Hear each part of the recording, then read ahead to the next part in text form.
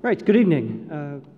Thank you for coming out this evening, and welcome to the Stevenson Trust panel, Whither, Brexit.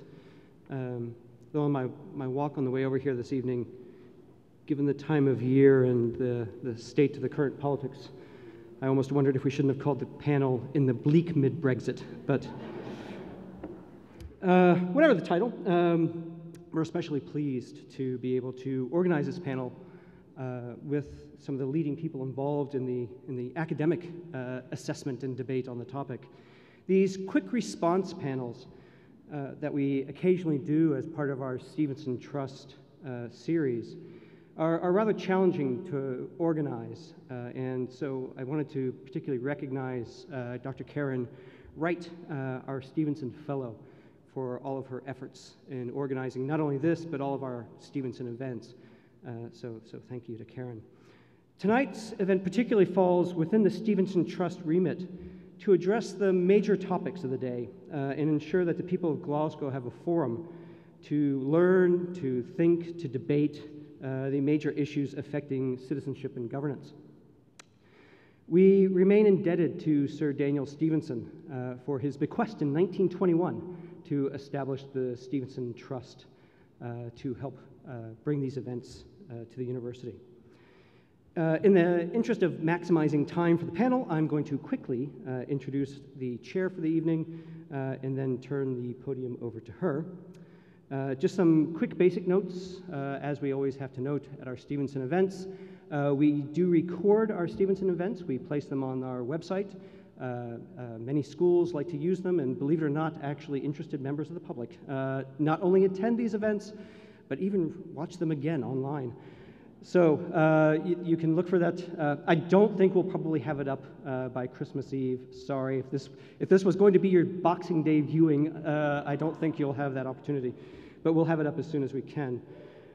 So we do record, and we take your participation to be consent to be involved in the recordings. And so, with that, our chair for the evening, we're fortunate to have Dr. Maria Fletcher chair this evening's panel.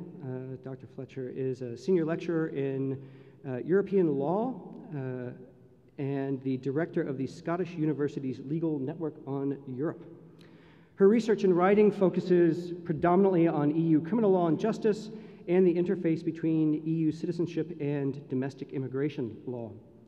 Currently, it just so happens, Dr. Fletcher is working on a funded collaborative project trying to figure out how best to support civil society across Scotland in navigating Brexit.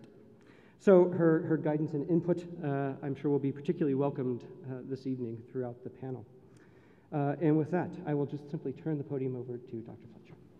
Thank you very much, Chris. And it's my very great pleasure to chair this evening's panel. Without further ado, I'm going to introduce very briefly our panel of speakers this evening, after which I will briefly tell you the order of events of the evening, and then we'll get started. So to my immediate right, I'd like to introduce Professor Sir Anton Muscatelli, who is Principal and Vice-Chancellor of the University of Glasgow.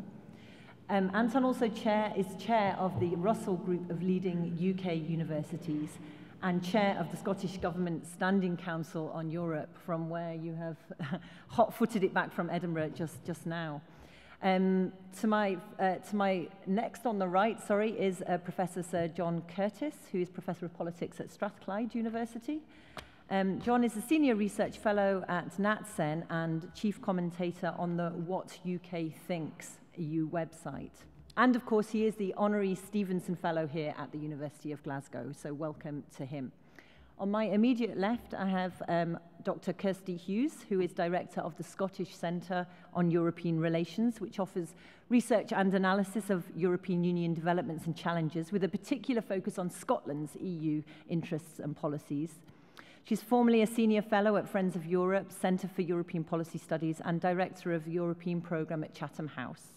Her research focus includes the UK, Scotland and Brexit, EU democracy, and the politics of the Eurozone crisis. Welcome to you, Kirsty. And we also are very delighted to have with us this evening Professor Anand Menon, Professor of European Politics and Foreign Affairs at King's College London. the director of the ESRC project called the UK in a Changing Europe, which provides an authoritative and non-partisan and impartial reference point for those looking for information, insights and analysis about UK-EU relations, and is the co-author of a book called Brexit and British Politics from 2017. Like all of our expert panel this evening, Anand is a frequent commentator to public analysis of Brexit across a range of platforms. So we're really lucky to have such a brilliant panel here to discuss some of the events that have been taking place in the last days and weeks on Brexit. What I will do is introduce each of the speakers to speak for up to 15 minutes, and each of the speakers will speak consecutively. And then after that, I will take questions from the audience. And I'm going to be quite a strict chair because there's lots of people in the room, and I'd like to give as many people the opportunity to ask questions. So when you do ask questions, I will invite you to stand up and introduce yourself and to keep it brief. Without further ado then, please can we welcome Sir Anton Muscatelli to the floor.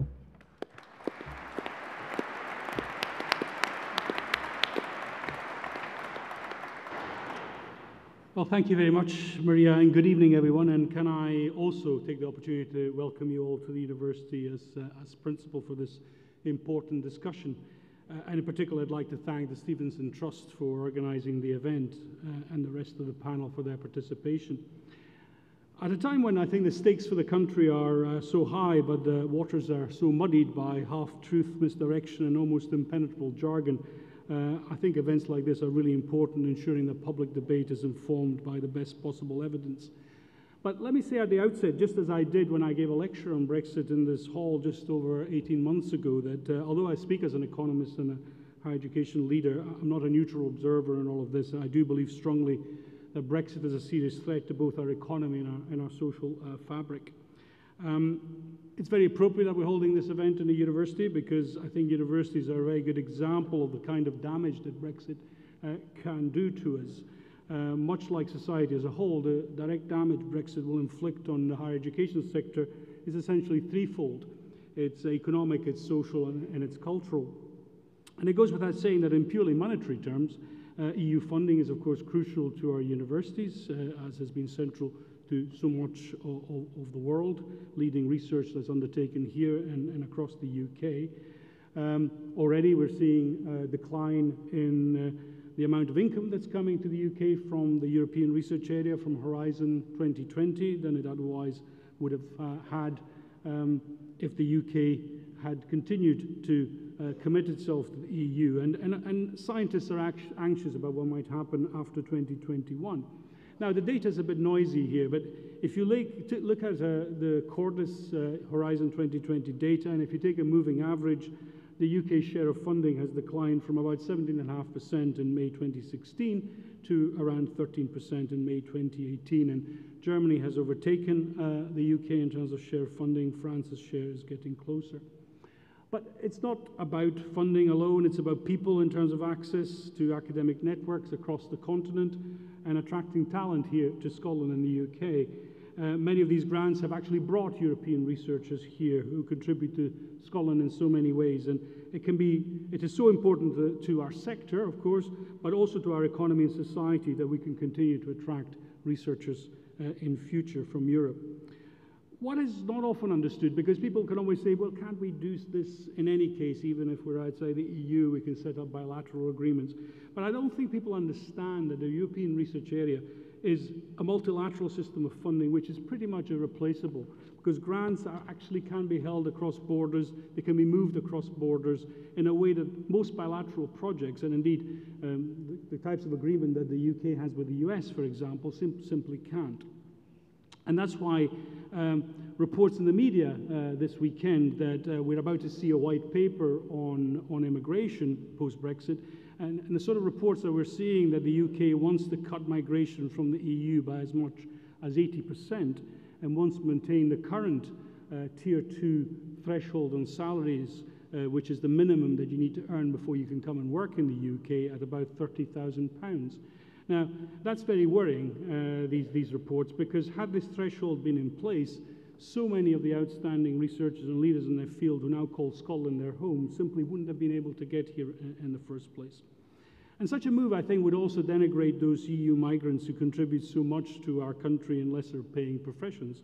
If you're a nurse, if you're a PhD-trained technician, if you're a physiotherapist, and I could go on, indeed, 63% of the Scottish workforce will not qualify through, if that's indeed where the white paper goes. And we would regard that as not acceptable. Unfortunately, we're already seeing, I think, the fruits of the Brexiteers' labour, and more young research students are also turning away from the UK. Across the Russell Group, the Russell Group was mentioned, and I currently chair it, we've seen a 9% fall in applications for PhD students in the last academic year. Now, of course, that varies across the country, and you need to look at individual universities, but on the whole, that's what we've seen.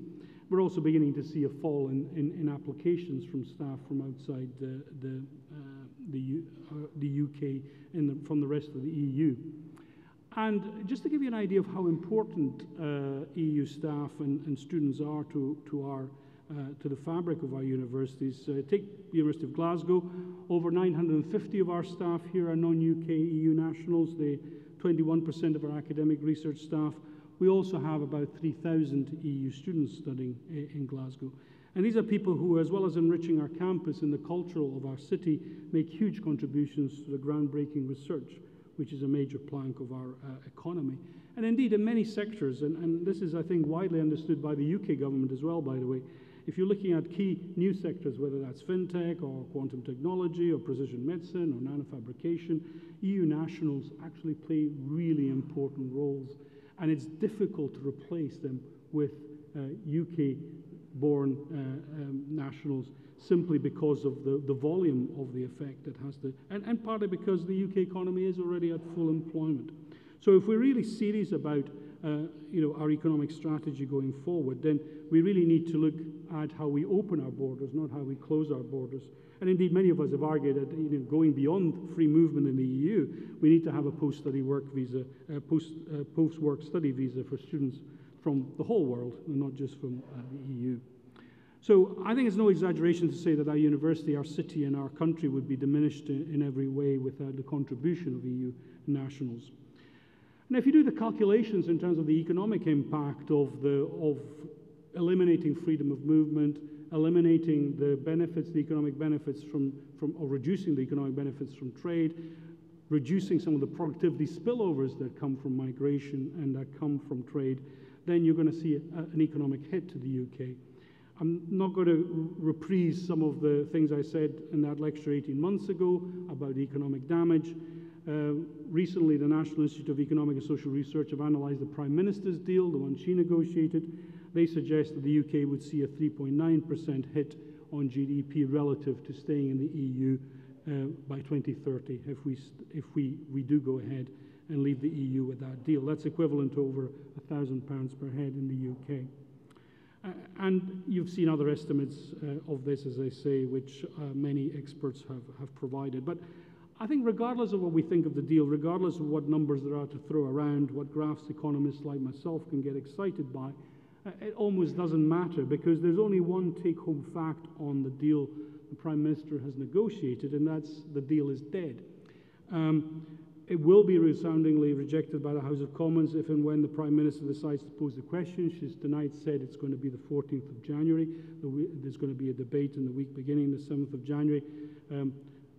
Colleagues will no doubt comment on the politics of all of this, because at the same time I gather that Jeremy Corbyn has just announced that there will be he will table a vote of no confidence in the Prime Minister. Until that point, I suppose we could refer to it as Schrodinger's deal, both dead and alive, until the Prime Minister or the House of Commons opens the box. But I do think it is an ex-deal. Having spoken to a number of people on all sides of the debate, I really cannot see how this will pass through the House of Commons. So what now? We will hear an increase in talk from extreme Brexiteer ranks about the prospect and the desirability of no deal. I cover that quite a bit in things I've said before. I think no deal would create absolute chaos, and we know the damage it would create.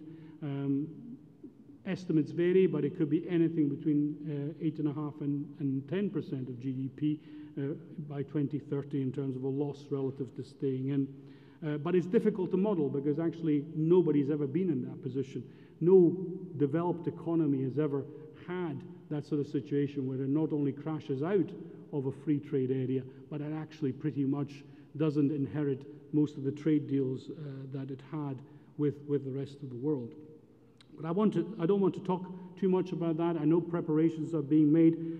I want to say one thing, which is that many of you will have noticed in recent days the increased use of the term managed no deal from the Brexiteers, as if to give a veneer of respectability to what should be an unthinkable solution to any reasonable and thinking person. Calling for a managed no deal, I think, is a bit like calling for a managed apocalypse, an orderly Armageddon. It's saying black is white and up is down. And there is no such thing as a managed no deal. No deal would mean chaos, upheaval, and disarray. And there is modelling on this going on in Brussels. I know that in Brussels they are planning to publish some more guidance as to what they might do in such an emergency over the next few days because of what is happening. And make no mistake, although there is there's a majority against no deal in the House of Commons, it could still happen because if the meaningful vote that the PM has now announced for January fails, the government could seek to renegotiate with the EU. The government, and colleagues will no doubt analyse this, is in charge of the actual legislative process.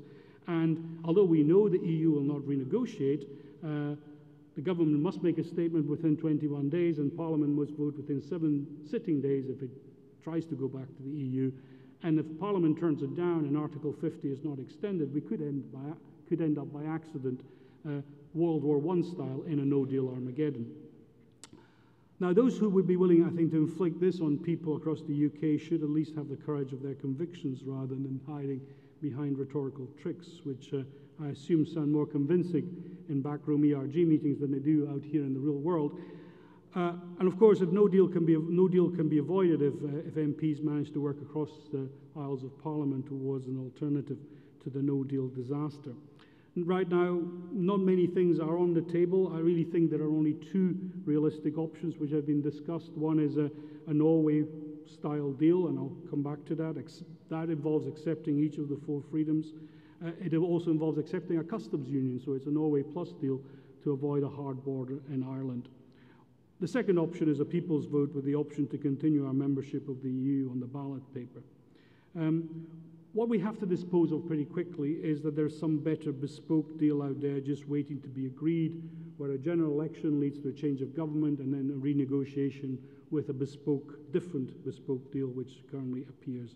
I really don't think there is such a deal out there. And having discussed this in many places across Europe and in Westminster, I don't think anybody believes there can be anything like being called the jobs first Brexit by the opposition or many others saying we can do a better deal.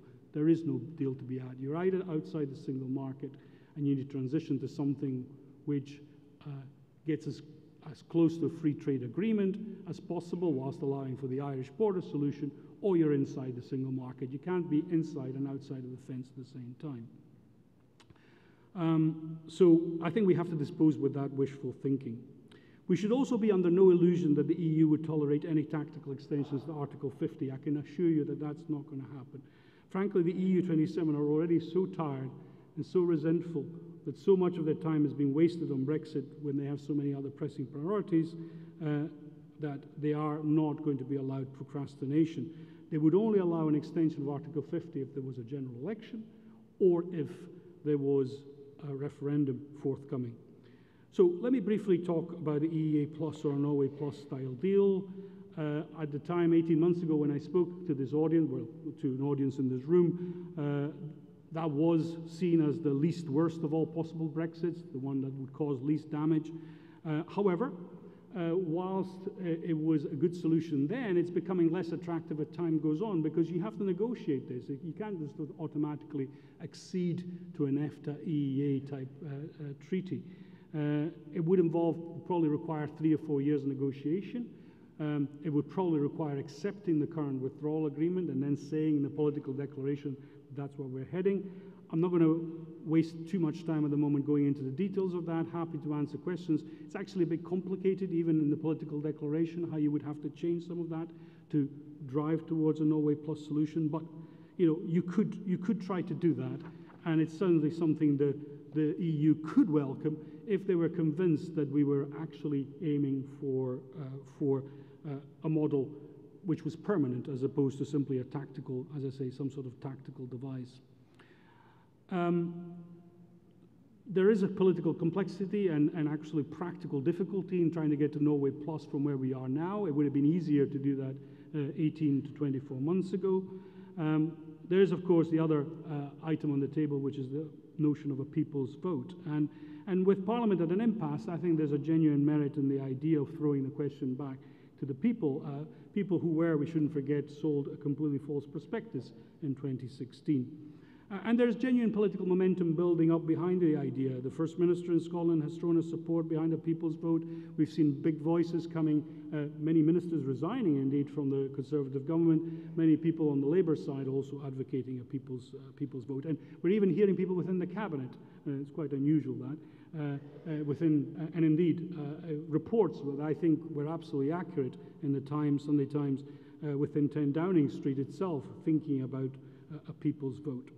Now, arguments that such a vote would be undemocratic I think are probably not too serious, given the nature of the emergency. Again, I'll let my colleagues speak about the politics of this, but it's interesting to me that YouGov polls about whether people would want another vote are actually showing that there is a clear majority now wanting a people's vote, and those numbers are rising. But as I say, well, I'll let my colleagues comment on that. It doesn't matter which of these two political solutions we find, they will require political leadership of a kind which I think has been sadly missing from the debate so far.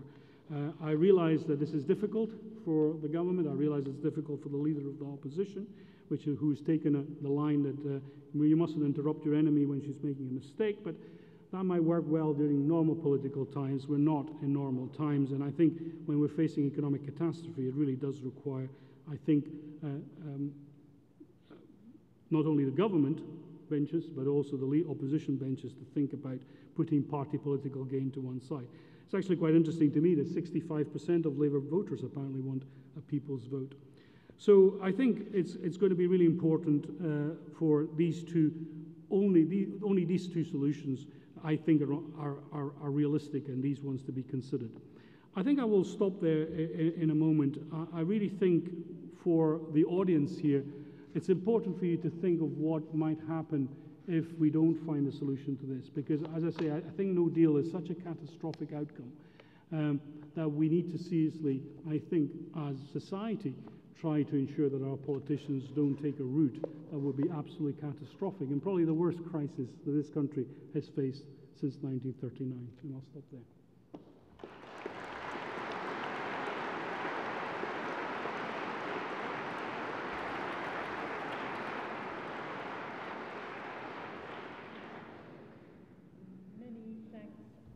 Anton, and it's helpful to actually have such a clear outline of two political options when it seems like there is such a kind of forest of a guddle out there for us all to get through. So thank you for outlining what you think are the two options, albeit that politics lies in the way of each.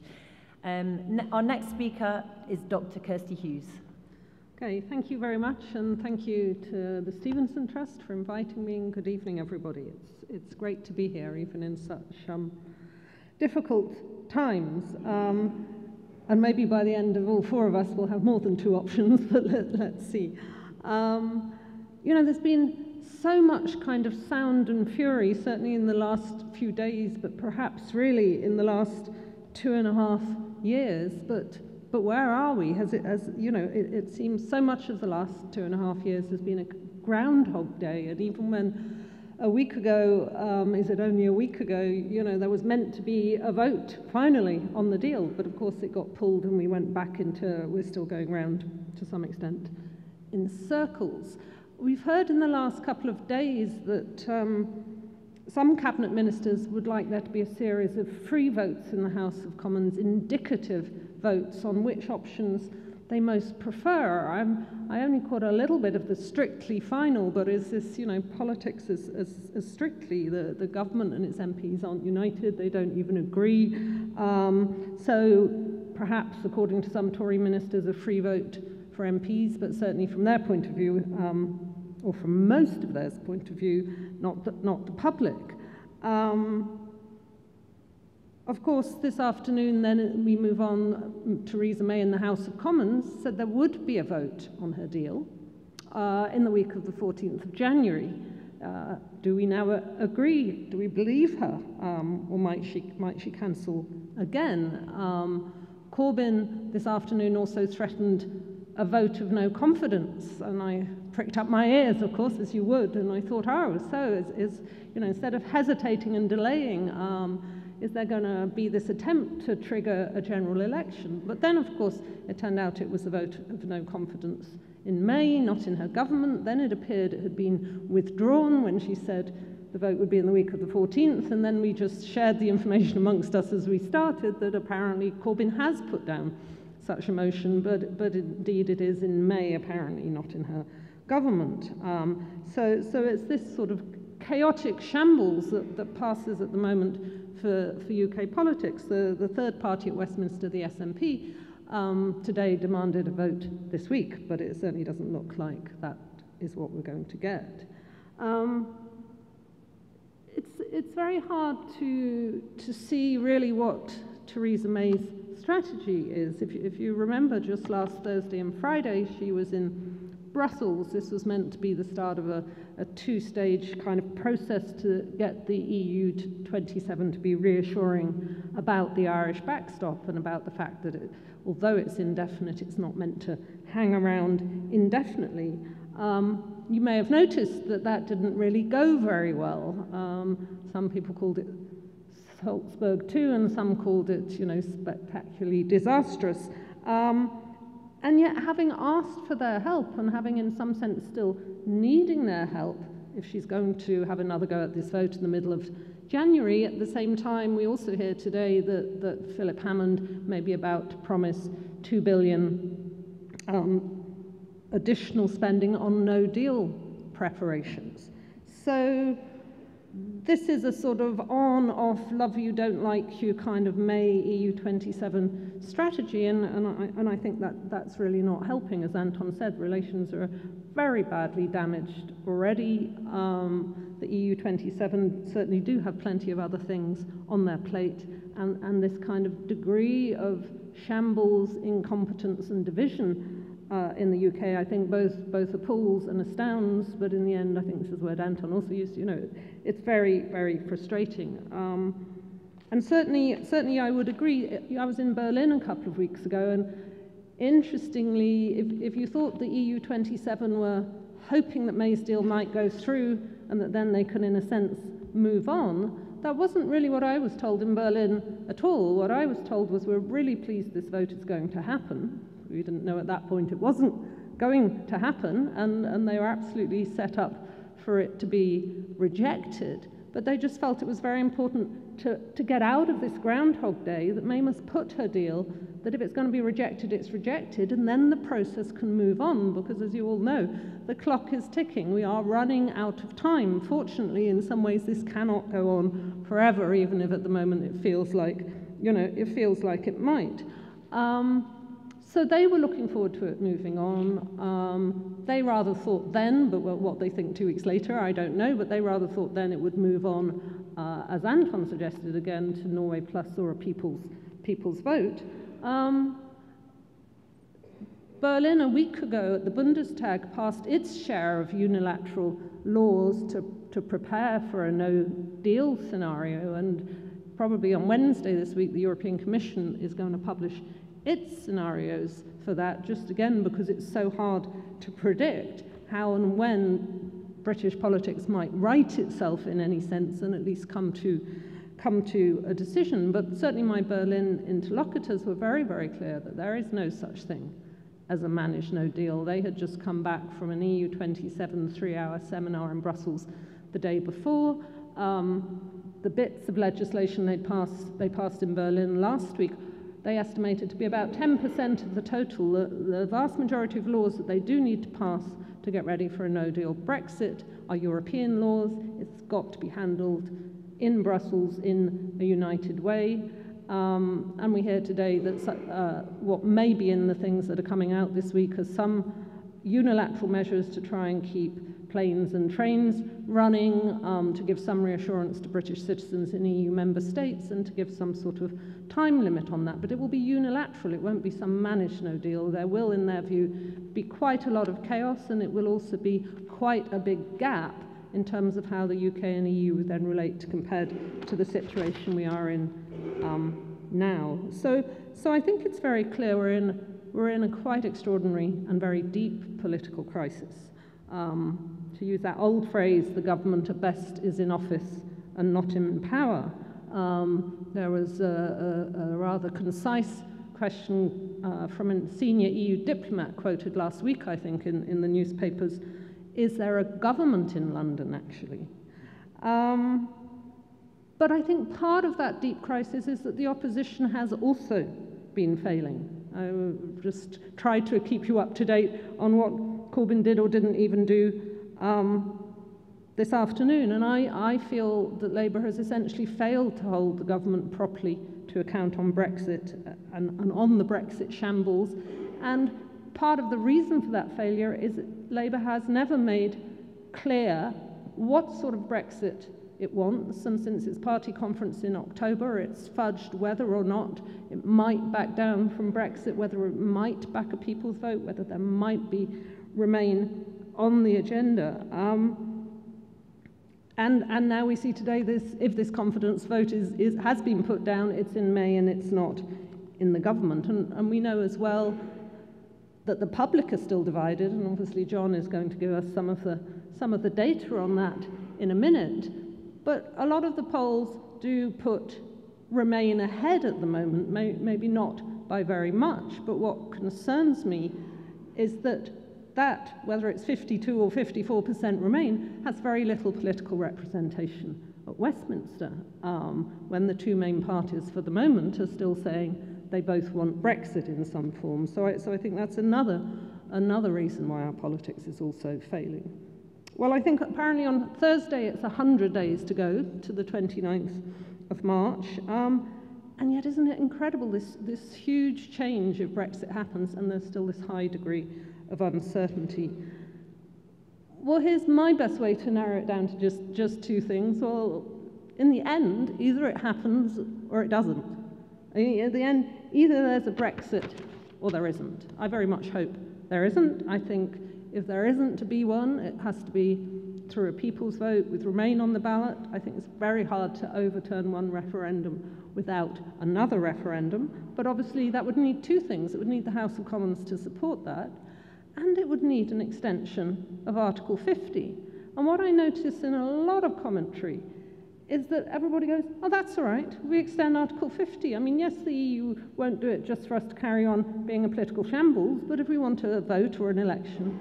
Well, again, in Berlin, people said to me, well, German government would probably go along with that, but we have, since it's at unanimity that they have to agree to extend it, then what if Spain comes back with more demands on Gibraltar and the Danes on fish and the French on the budget? And they will know, because you've had that extraordinary European Court of Justice judgment a week ago, that we can unilaterally withdraw Article 50.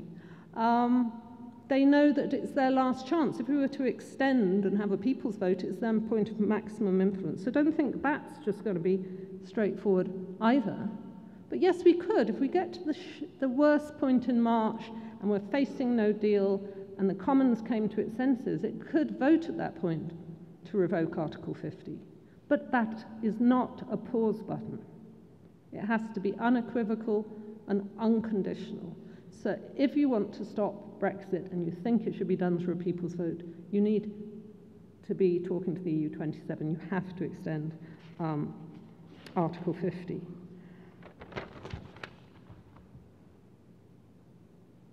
Sorry, I'm just jumping ahead because I'm sure I'm probably almost out of time.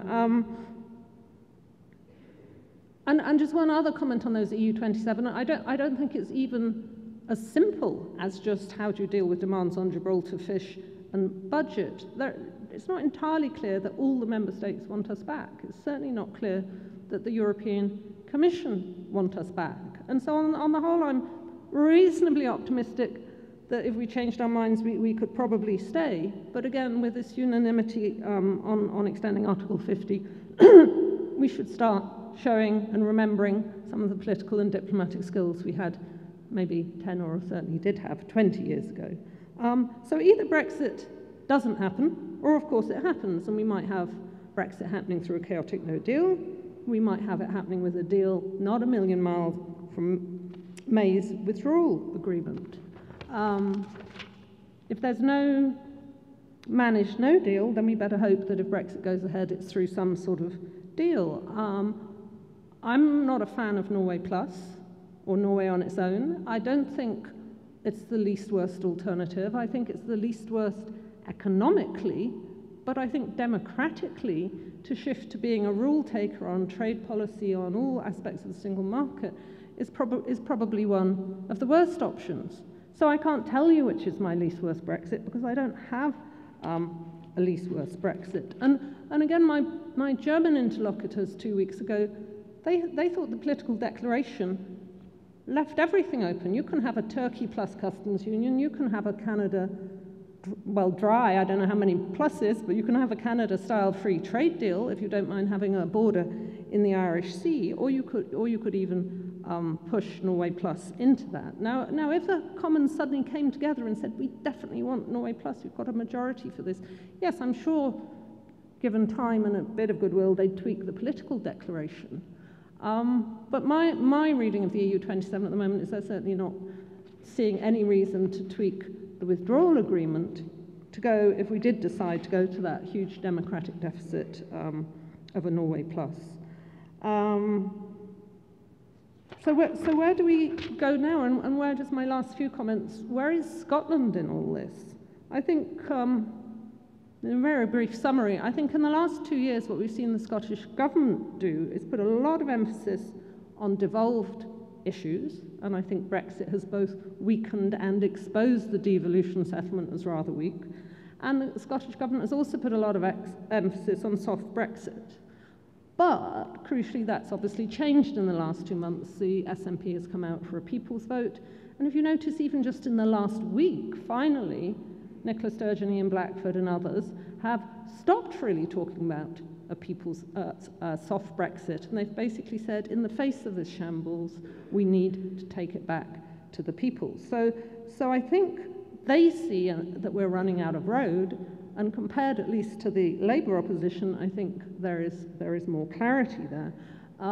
It's worth noting that in terms of voters in Scotland, voters want Remain, they want a people's vote. It's crossed the independents unionist divide. It's Labour, Lib, Green and SNP voters. They all want it by a rather large majority, and Tory voters don't. But if Brexit goes ahead, there are obviously questions I don't have time to do more than raise tonight on the impact on that debate about independence. And I wonder to some extent, even if Brexit didn't happen, how divided is England going to be at that point, and how unstable is English politics going to remain, whatever happens in the months and couple of years ahead, and how is the political debate in Scotland going to respond to that? Obviously, there was a big chunk of people here who voted leave, but I think you haven't seen the same bitter divisions here that you see sort of trashing our politics currently at Westminster. So I think I'll just leave it there, and thank you very much for your time.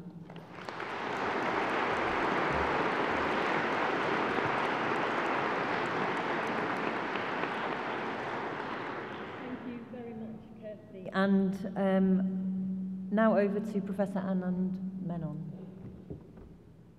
Thank you very much. I'm going to try very, very briefly to do a couple of things. Firstly, just to reflect on how we've got to where we've got to, where that is, and what might happen. I rather stupidly said I was going to talk about the politics, but I no longer understand the politics, so just ignore most of what I say because I'm as lost as everyone else is. I'll also just try and disagree a little bit with what I've heard before, just for the sake of having an argument when we come to the questions. I mean, the first thing that should be said is that this is difficult, okay? We're in a uniquely difficult moment in our country's history, not just because of Brexit, because even without Brexit, our country was heading towards a series of crises. There was an increasing crisis of trust in the way our economy was managed and in the inequalities it was leading to. There was an increasing crisis of trust in our politicians that you can date all the way back to Iraq, but that was manifesting itself in disengagement from mainstream politics. There was a constitutional crisis here going to happen after the referendum anyway, because that wasn't settled by any manner of means. There was a constitutional crisis brewing quietly, though of course the English didn't notice it, in Northern Ireland. And all those crises are still there. They've all been made worse by Brexit, and Brexit is a nightmare. Whoever the Prime Minister was, whatever size majority they had, Brexit would be a nightmare. So it's very easy simply to say, this is all down to incompetence. And don't get me wrong, I'm coming on to the incompetence in a minute. But there's far more to this than incompetence, in the sense that this is a genuinely difficult moment in our politics. The one thing that strikes me more than anything else about the debate we've had in our politics over Brexit has been the sheer rank dishonesty we've had from all sides during it. We've had Brexiters transitioning smoothly from the quickest trade deal in history to no deal would be absolutely fine, to trading on WTO terms isn't bad, and everyone else does it, don't they? No, they don't is the answer to that, but let's leave that to one side. You have the Labour Party out on its manic hunt for unicorns, saying, we'd like the single market, but not the bits that Jeremy's uncomfortable with. We'd also like a customs union. Oh, and incidentally, we expect you to give us a say on your trade deals. None of that is ever going to happen. The low point of this was Shami Chakrabarti on the Today programme a couple of weeks ago saying, I've been in the room with Jeremy in Brussels and everyone really likes him, so we would get a better deal. Make of that what you will. And you have the dishonesty of Remainers, who have an awful tendency to dismiss a vote of 17-odd million people as down to cheating or Russian bots, and then think that they can get away with saying people's vote as if no one will realise they are being asked to vote again on remaining in the European Union, and a large number of people in this country will resent that fact. Watching politics in this country over the last year has sort of confronted me with a rather disturbing choice, which is, are they dumb or are they dissimulating? Because one or the other has to be true. These people are saying things that just aren't empirically true. Either they know they are, in which case they're dumb, or they know they're not true and are saying them anyway, in which case they're dissimulating. And it's a really bad, low-standard debate that we've been having. And the Prime Minister doesn't escape from this unscathed, because I think at the heart of a lot of the problems we face now is the fact that she has dissimulated from the start, from that Lancaster House speech, when by every appearance she didn't understand what international trade was or how it works. The fact, and this is the crucial fact to our debate, that Brexit involves trade-offs. There is a trade-off between the red lines that the Prime Minister laid down at the Tory party conference in October 2016 and our ability to have frictionless trade. That is the basic trade-off that needed to be spelt out from the start and that the Prime Minister failed to spell out. And of course she's dissimulated herself with that ridiculous claim that no deal is better than a bad deal. And where we are now in our politics, it seems to me, is we're just starting to come to grips with these various trade-offs. And that's what Parliament is wrestling with at the moment. One of the problems, and God knows there are a number of them, but one of the problems that Parliament faces now is that there are simply too many options on the table. That is to say, you have this deal, you have the potential of no deal, you have the potential of no Brexit, and many parliamentarians are wandering around saying there is a real prospect of another deal. If I were Prime Minister, I could get a better deal than this. You hear that from Boris Johnson, who says I could negotiate a withdrawal agreement without a backstop. You hear it from Jeremy Corbyn, who says I can provide you with unicorns. 4 options is too many for Parliament to wrestle with at once. And I suspect that one of the things that will happen over the Christmas holidays is that those 4 will be whittled down to 3, because it's becoming increasingly clear, even to MPs, that actually the notion that there is a better alternative deal waiting to be seized is for the birds. And I say that for 2 reasons. Firstly, because whoever our Prime Minister is, the withdrawal agreement will remain the same. It will remain the same because the EU thinks it's signed it off. It will remain the same because it's agreed. It will remain the same because the backstop is the only backstop that the European Union will ever agree to. The withdrawal agreement is locked.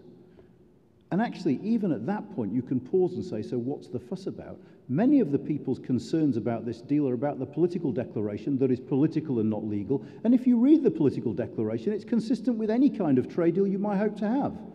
You have to get rid of one sentence in it to get Norway Plus, and I'll come back to Norway Plus because I think it stinks. And the sentence is, the United Kingdom will end free movement. Tipp-X that out, you can have Norway Plus under the deal on the table.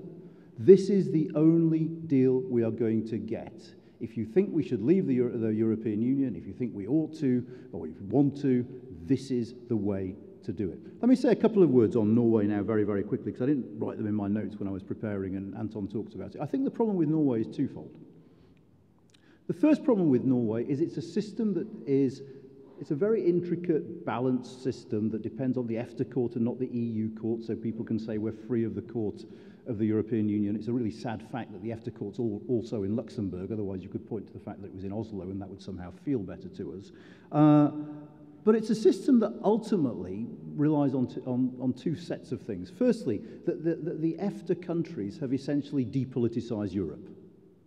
Okay? They get on with it. It's not really a massive fizzing debate in their politics, and so this is a subtle permanent negotiation between them and the EU authorities. The second is the nature of their politics. EFTA, the EEA solution, depends on two things, it seems to me. It depends on discretion and it depends on tact. Because of this subtle negotiation about the limits of flexibility within this legal framework that you can enjoy. Think of two words that apply less to the United Kingdom, if you can, than discretion and tact. And actually, for that reason, the EEA option, I am convinced, will never be offered to us. The European Union aren't silly. They're not going to say, oh yeah, let's give them the flexibility to decide which directives they want to apply. They're not mad. They will do exactly what they've done in the withdrawal agreement. They'll say, yep, sure, you can have the customs arrangement, but here's a list of things you have to sign up to so that we are convinced you're not going to cheat, because I don't know why, we think you might. So this will be not an EEA plus, it will be an EEA ring-fenced for the purposes of dealing with British politics. And I think also for the reasons that Kirsty gave, which is democratically, it leaves a lot to be desired. It is really not a solution to the outcome of our referendum. So imagine then, we get to a situation where MPs have spent the Christmas sort of fending off phone calls from the whips, which is what they'll be doing every single day of the festive period, I suggest, and coming back having realised that an alternative deal is off the table. It leaves us with a threefold choice then. It is a choice between this deal, no deal, and no Brexit. I disagree with Anton when he says that this deal is dead, because I do not know how the Tories and Labour people who are wandering around with an alternative deal in their pocket will split.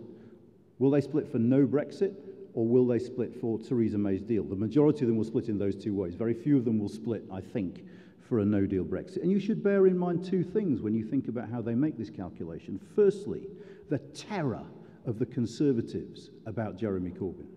I mean, I cannot emphasise enough how much difference it's made having this Labour leader at this time in our history, because it's made working across the aisles far, far more difficult than it would otherwise have been.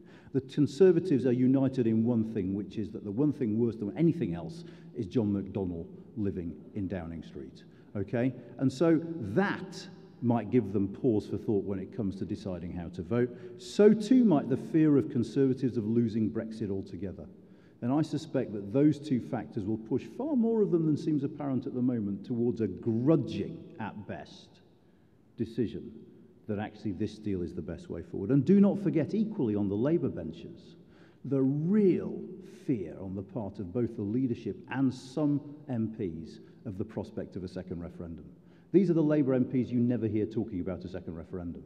They tend to be the ones who really do not fancy going back to their Midlands or Northern constituencies saying, we've just voted to overturn what you did a couple of years ago. I'm going to campaign for you to change your minds this time. It won't be pleasant for them. And many of them really would not want to be in that situation. So I don't think it's out of the question, particularly if the deal goes to 2 votes, being narrowly defeated the first time round, for some Labour MPs to abstain. I'm not saying it will pass. I'm saying you shouldn't. It is not quite dead yet. But imagine the deal fails. Well then, my lord, I don't know where we are. You can imagine two sets of circumstances, I suppose, broadly. You can imagine this Prime Minister calling a referendum, though actually this Prime Minister, I think, only calls a referendum between her deal and no deal. I don't think Theresa May puts Remain on the ballot. I think what happens then is Parliament amends it so she can plead, you know, this wasn't me, and we end up with a referendum that route. Second option, as we move towards the potential of a no-deal outcome, is that Parliament votes a vote of no confidence in her. And Conservatives vote with the Labour Party on this because they're so scared of no deal. There's been talk, serious talk, from people I really respect who understand British politics, so not me, about the possibility then of some kind of government of national unity coming in, which basically bypasses both front benches to create a government that is broadly either soft Brexit or no Brexit, and it's this government that would legislate for a second referendum.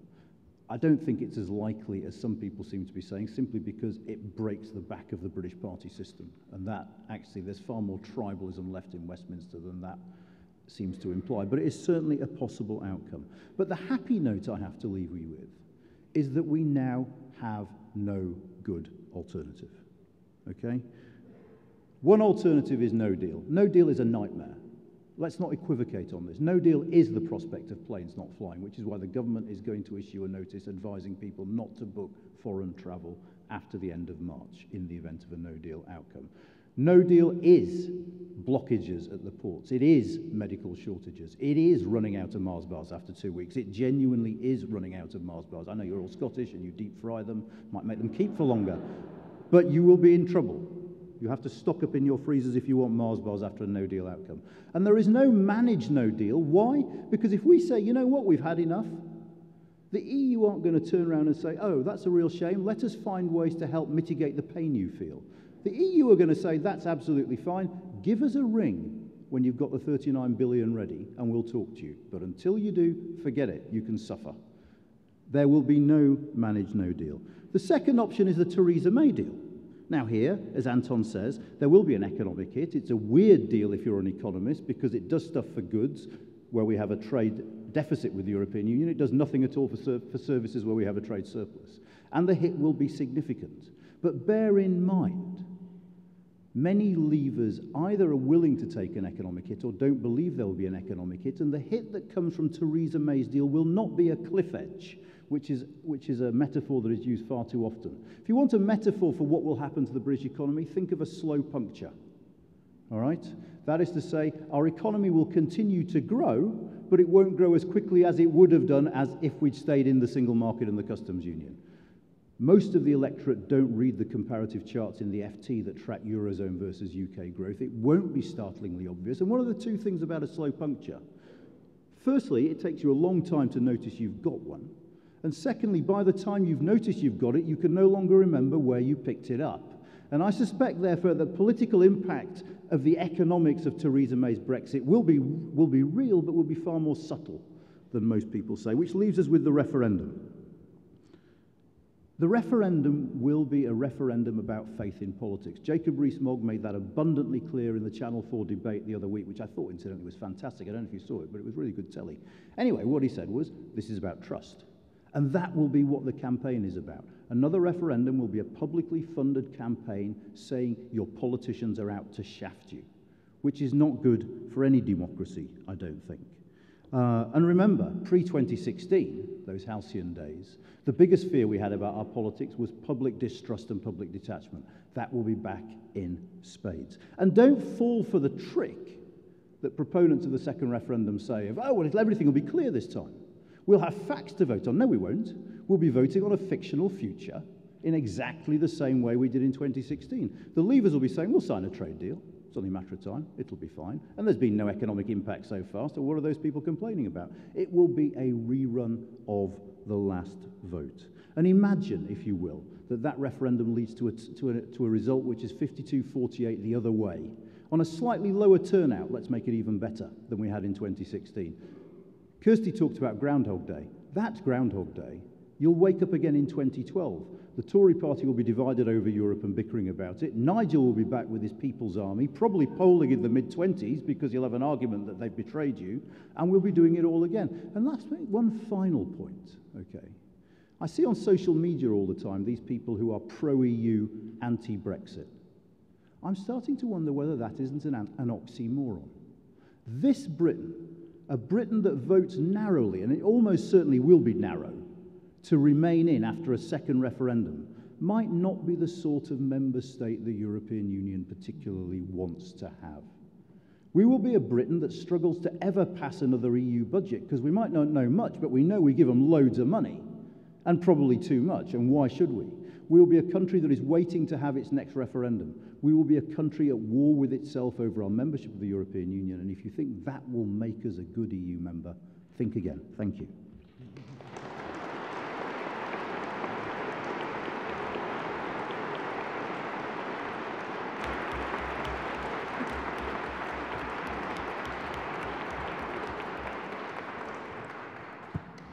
Many thanks, Anand, for injecting some much-needed humour in what is a rather bleak outlook, and some serious analysis to boot. Our final speaker is going to give us some numbers, I think, and has managed the technology. So over to you, John. Thanks. I managed the technology, but I didn't manage to get my title slide right while I was watching Theresa May this afternoon, but, you know, doubtless you can forgive me for that difficulty. So the question I'm trying to pose is, are voters any clearer than MPs about what to do with Brexit? We've spoken so far about the economics of Brexit. Anand's spoken about some of the high politics. And to some degree, it's the kind of feeling of, oh my God, we just don't know what to do. Let's just go back to the wisdom of the electorate, and sure, they'll sort it out for us. So I want to test the proposition that the electorate might be any better capable of sorting out the Brexit impasse than the House of Commons currently appears to be. To do that, I want to ask three related questions. The first is, well, what do voters make of Theresa May's deal? Second, how does it fare compared with the other possibilities? And these have all now been quite helpfully sketched out by the previous speakers, so I don't need to remind you what those are. And then, what do voters want to happen now? Okay, well, first of all, I'm going to trash Dickens.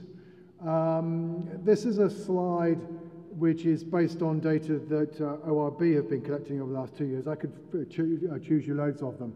But ever since the autumn of 2016, they've been asking people, do you think that Theresa May is going to get a good deal or not?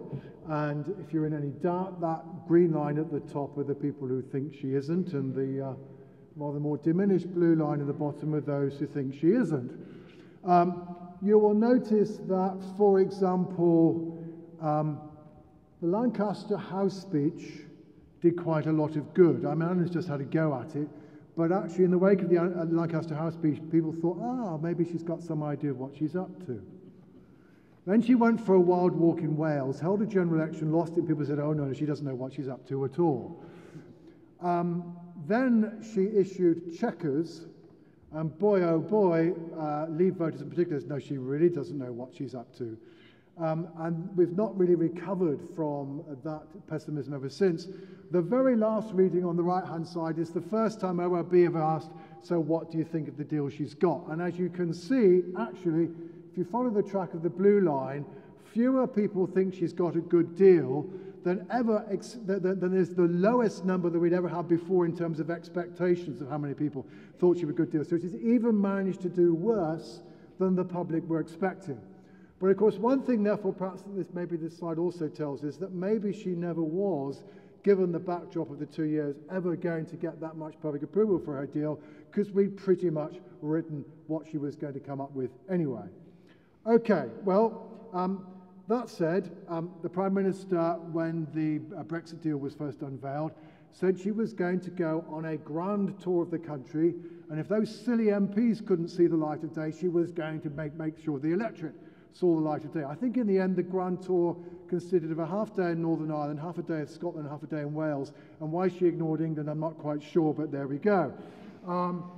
Anyway, YouGov have been on a fairly regular basis. Literally within hours of the first publication of the draft withdrawal agreement, they started polling. They got two slightly different results, as you can see, but they both had more people saying they opposed than in favour. So the green line, again, are those people who are opposed.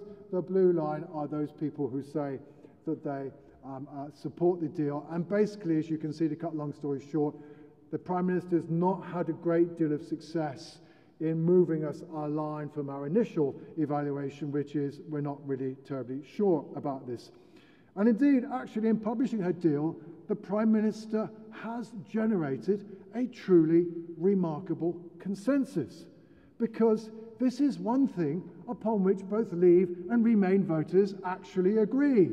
They both agree that it's not a terribly good deal. Now, the Leave voters are a bit more sympathetic to it than the Remain voters, but even amongst Remain voters, more of them say they're opposed to the deal than say they are in favour. So to that extent, at least, let's give the Prime Minister some credit.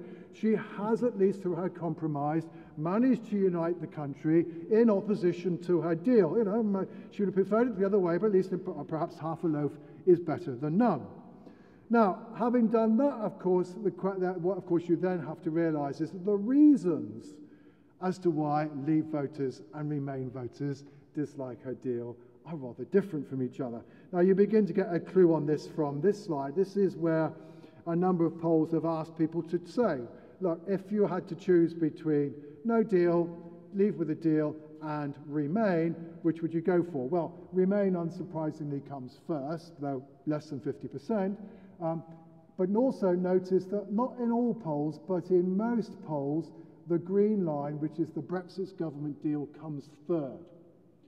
And there are rather more Leave voters who would go with no deal than would go with the deal. In other words, the problem that Theresa May's deal suffers from, and it's the same problem that Chequers suffers from, is at the end of the day, it's too soft for Leavers and it's too hard for Remainers. It's like one of those beds where you can never really agree that which side of the mattress you're going to sleep on.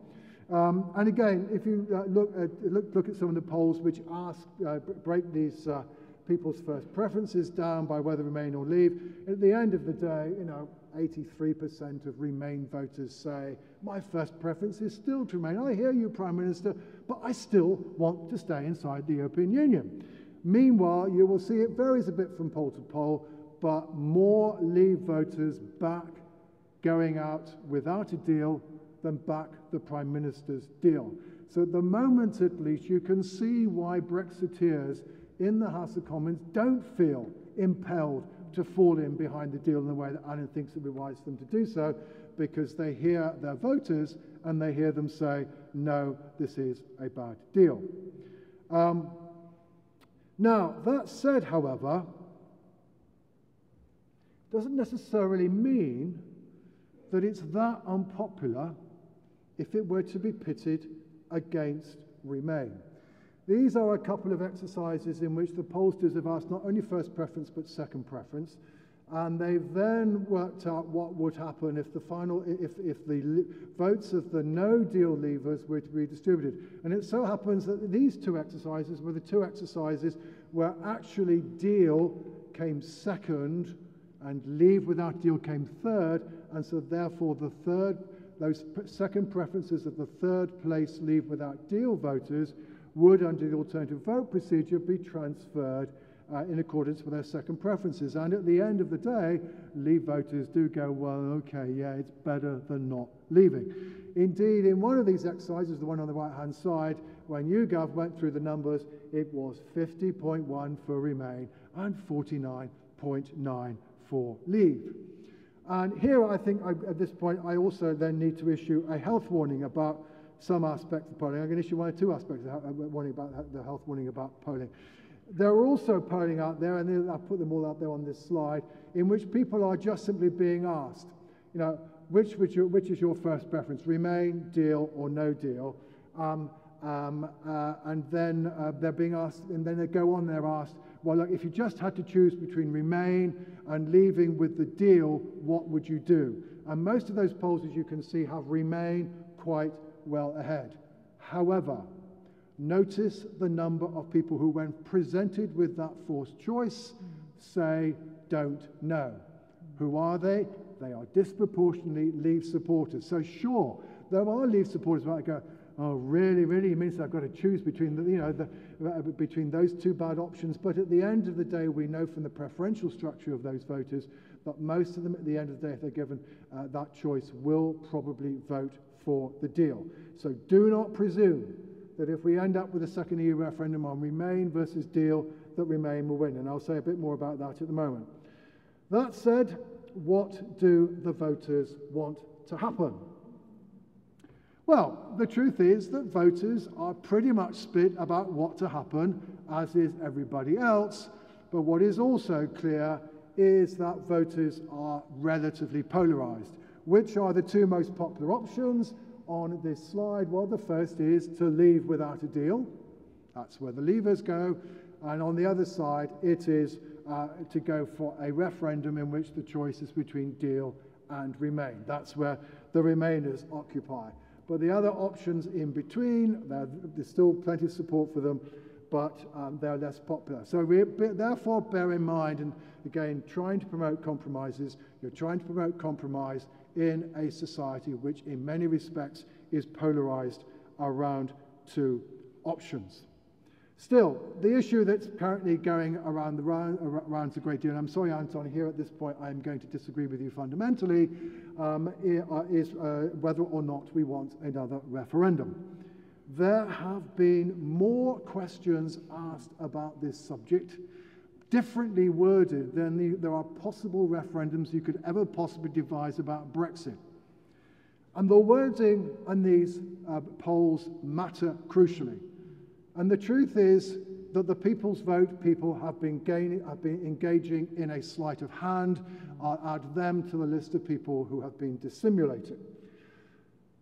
What matters to the answers you get is, as I said, how you ask the question. There are two crucial characteristics that make a difference. The first is whether or not you say, do you want another referendum, or do you say, do you want the people to have the final say, or should there be a people's vote? The polling questions that are of the first form are on the left-hand side of my slide, and they tend to show more people in favour than against, though rarely 50% people in favour of the people's vote. On the right-hand side, you will see the ones that what people say when they're asked whether or not we should have another referendum. It may sound stupid, but people think the idea of the final say sounds quite nice, but another referendum, please, no, no, no, not at all.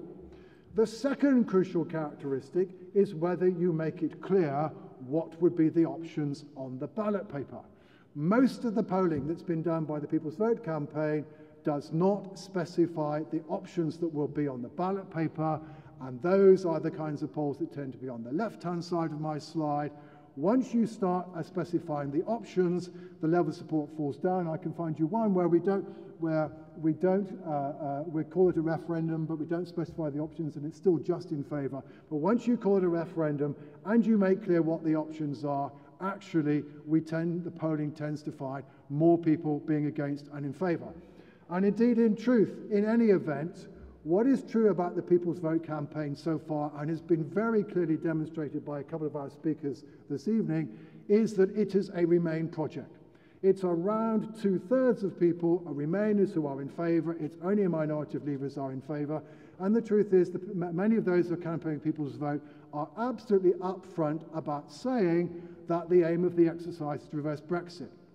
However, think about it. If the Prime Minister loses, maybe not once, but twice in the House of Commons, how might she best rescue her deal? The answer, of course, is to have a people's vote.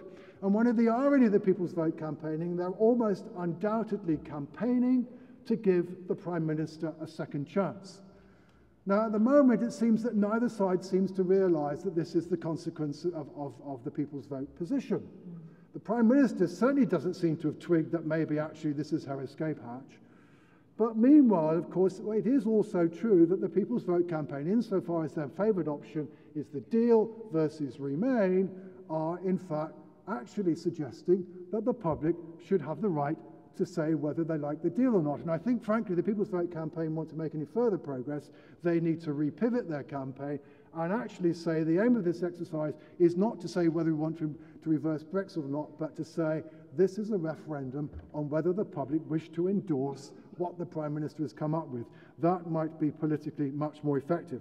That said, as you might already guessed, what are we likely to do if we get another referendum? Well, this is a poll of polls I'm running on my website, what UK thinks, which is just simply whether you'd vote Remain or Leave. And basically very, very little has changed in the course of the last year or so. This kind of starts at the beginning of 2018 when the number of such polls was sufficient. It's averaging 53-47. It's still averaging 53-47. It has done for the last 3 months. It's edged up very slightly from 52-48 earlier this year, but that is it. But also, crucially, what you need to realise is what is going on underneath these numbers. The fact that we have a small Remain majority in the polls is not, I will now repeat, not the product of more Leave voters going to Remain than Remain voters going to Leave. Those two figures are virtually identical to each other. This is the average of the recent polls. You can break the numbers down. Around 7% of Remain voters now say they would vote Leave, and they're frankly almost as numerous as the 8% of Leave voters who say they would vote Remain. There's a little bit amongst Leave voters of the, you mean to say you need me to tell you again that I really do want to leave the EU? I'm not going to go and do it again. Once is enough, thank you very much. But above all, the thing that is driving the fact that we have polls that have rather more people just saying Remain more than Leave are the expressed preferences of those who did not vote 2 years ago. Now, if you are a Remainer, you can say, well, that just goes to showing that actually the vote 2 years ago didn't really show the expressed will of the public. Or, however, what you also have to take on board is that actually maybe the outcome of a second EU referendum would simply depend on who turned out or not.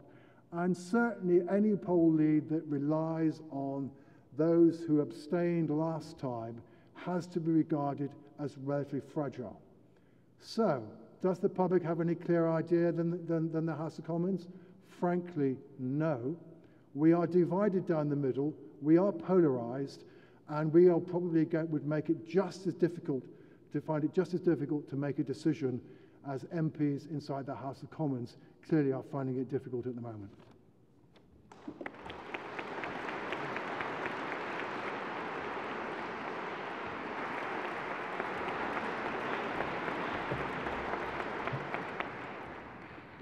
Very many thanks to our final speaker, John Curtis. As always, a really, really helpful analysis from him. Thanks to all of our speakers this evening. Now is the time for us to try to generate a bit of discussion. I'll kick off with a question while you're all thinking of your own questions.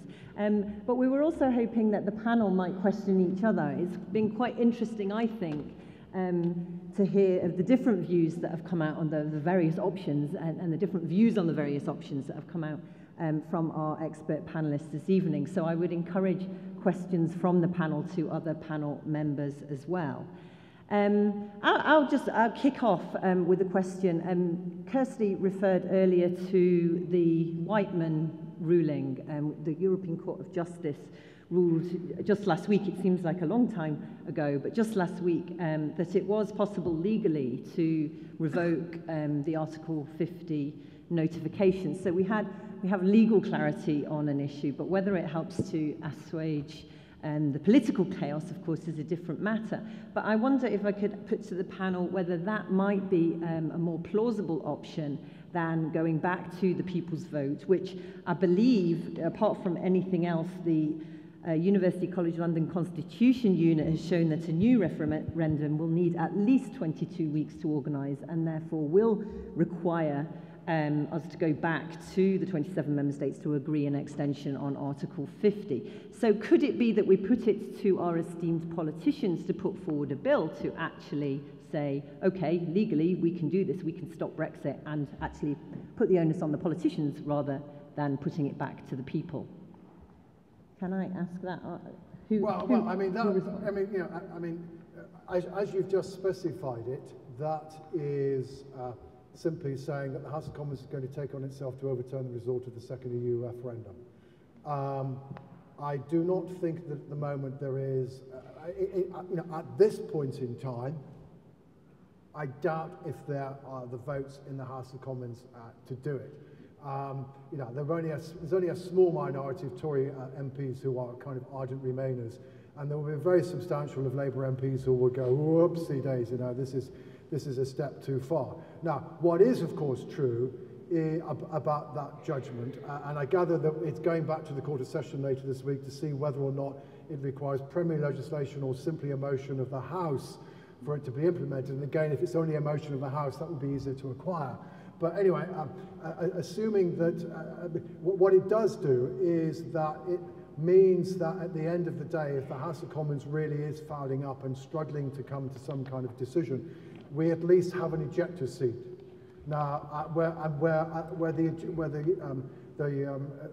the risk of the ejector seat and the damage that it might do to the body politic might be rather less than not pressing the ejector button. But I mean, beyond that, but it's that. I think what's also true, and this obviously comes back to this debate about whether or not the EU would allow an extension. I mean, it does, and it probably helps the UK case a bit in the sense of, well, look, if you're not going to give it with us, we'll just play fun and games with the Article 50 process. Now, you know, we might say that's against the rules, but I mean, it probably does make it somewhat easier for the UK to. But I mean, Anand was referring on this subject to the idea that Mrs. May would go for leave versus no deal versus deal referendum. Now, he's right. That is undoubtedly the referendum she should hold, and it's the referendum she should have proposed 3 months ago. The problem we now have is that because any referendum requires an extension of the Article 50 process, and I think the one thing that the EU will not allow is any referendum that makes it possible that no deal would happen. And that therefore it's very difficult to see how that referendum can be held. I think that also makes the three-way referendum difficult to hold. But I suspect that it's true that insofar as holding a people's vote opens up at least a 50% chance that we might decide to change our mind. And if I take the point about us, I mean, I used to say this to journalists during the first EU referendum, are you really sure you want us to stay? You know, you won't get a European Union treaty through for years on end. Anyway, but if you kind of say at the end of the day that for the European Union, losing the United Kingdom is frankly at minimum a bit of an embarrassment, and more broadly a rather substantial hiccup in the border project, and that therefore at the end of the day they'd rather have us pissing inside the tent rather than outside, that they will probably facilitate such a process. But I mean, that's my view of where we stand. Anand, do you want to come in on that? Well, I mean, only to say that one thing I've heard people talking about is they'll give us an extension for that referendum if it's a year or 18 months, in a sense that it gives them time to prepare for a no-deal outcome if that's where we get to. Right. But I find that very, very unlikely. Yeah. I mean, I think what I've heard is that they would be prepared to extend. There's a real problem around the European elections. Constitutionally, the EU cannot function if there isn't a properly elected parliament, so we need to find a stopgap solution to that, and I think that's important. Actually, it's interesting to me. I mean, I agree with some of the analysis that John has presented.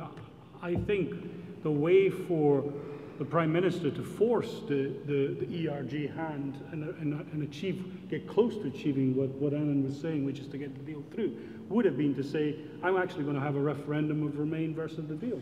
Yeah, but that's because you then hope to force the hand. You're not going to get it through with partly because of where the DUP stands and because there's sufficient Remainers and extreme Brexiteers.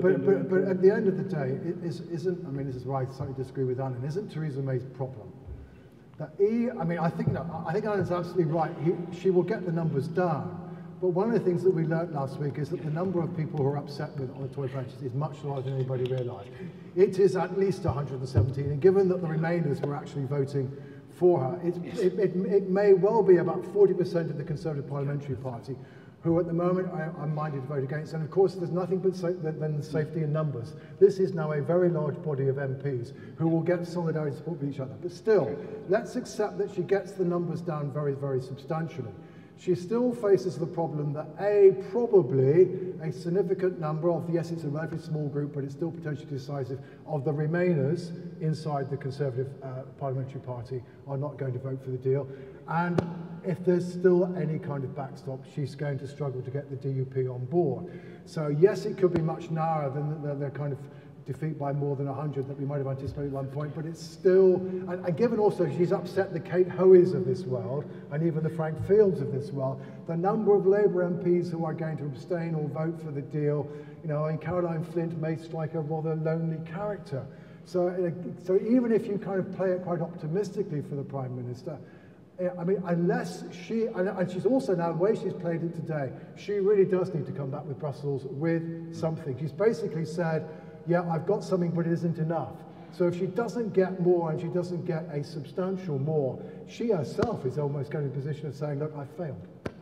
Kirsty. I think, yeah, very, very briefly, because it would be great to hear some questions, but I think you know what we know is that there's no majority at the moment in the Commons for anything. There's majorities against things, but there's not majorities for, and that, you know, there might be a majority for extending Article 50, but that's no use if you haven't first got a majority to say what it's for. So let me just suggest a couple of unlikely things, but you know, we don't know where this is going. First, so far we haven't, you know, what if either May or perhaps one of the senior Brexiters, would that be Gove or Boris, said, we can't do this. So if I'm just trying to think, other than to fend off no deal on the 28th of March, when Parliament might assert control and unilaterally revoke Article 50, perhaps like that.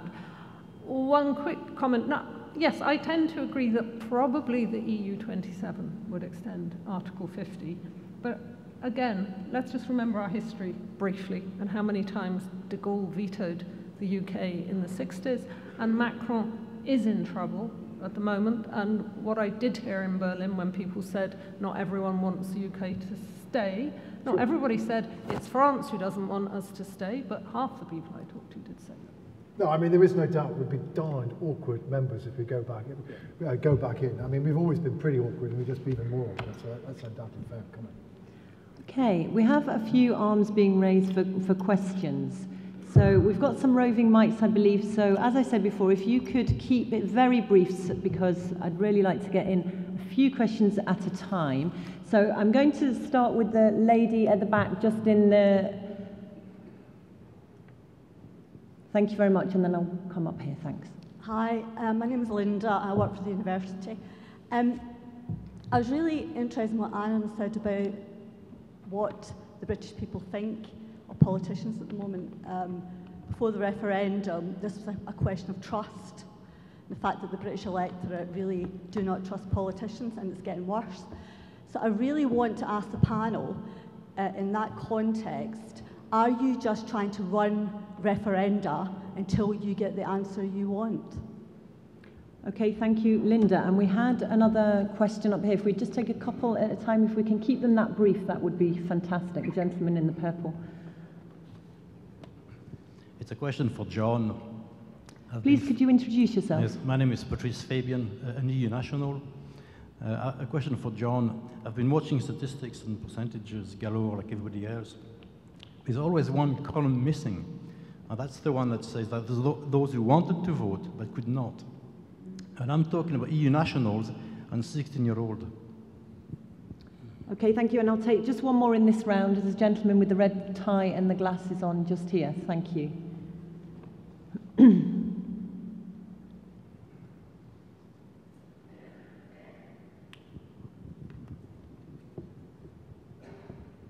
Stephen Watson, the red tie was to attract attention. My question is for Kirsty, who had mentioned where is Scotland's place in this, and I want to sort of dovetail that with Sir Ivan Rogers' comments recently on the place of Ireland and how the EU has kept track of Ireland's place in these negotiations. So if you could turn to that, and while you do, could you perhaps counter